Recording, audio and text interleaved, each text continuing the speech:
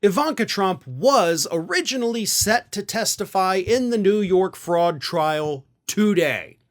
But earlier in the week, she was able to tell the court, you scheduled me on a Friday. I got other plans. Like, there is a massive schedule conflict, and guys, I can't make it on Friday. So Judge Arthur Geron was nice enough to say, okay, you can't make it Friday. Totally get it, right? You only had a week's notice. Plenty of time for somebody of your stature to rearrange plans, but whatever. Come in next week.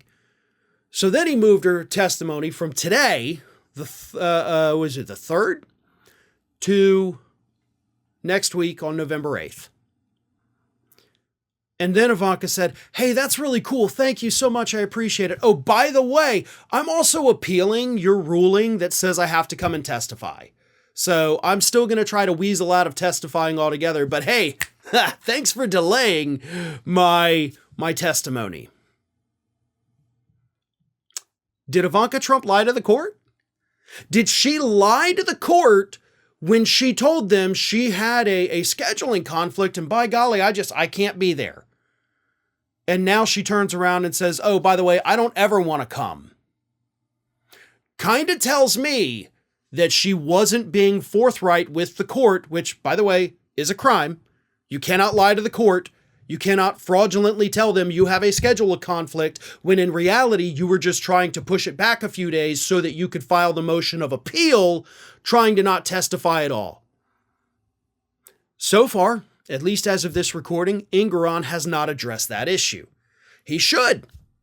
And I think she should immediately be hauled in to testify in a little special session about what her actual schedule conflict was, why that schedule was immovable, but the court date was movable, and why you decided after I actually pushed it back that you were just going to appeal the whole damn thing anyway. Ivanka Trump, as far as I can see it with this particular story, was not being honest with the court. And again, that's illegal. You can't be dishonest with the judge in a filing, in a motion, or in testimony, or a deposition. If you say something that is not true, that is perjury, and it is a crime. And I think Geron needs to go ahead and pop her on that, at least bring her in to explain it, to see if he needs to move forward with charges against her. Because to me, that seems pretty serious. She pulled one over on the judge to buy herself more time so that she could appeal having to even come in and testify in the first place. Ivanka's got something to hide. Like, that much to me is totally obvious. You already lost your first attempt to not have to testify. Then you delay your testifying. Then you appeal the judge's decision that says you have to testify. What are you hiding, Ivanka?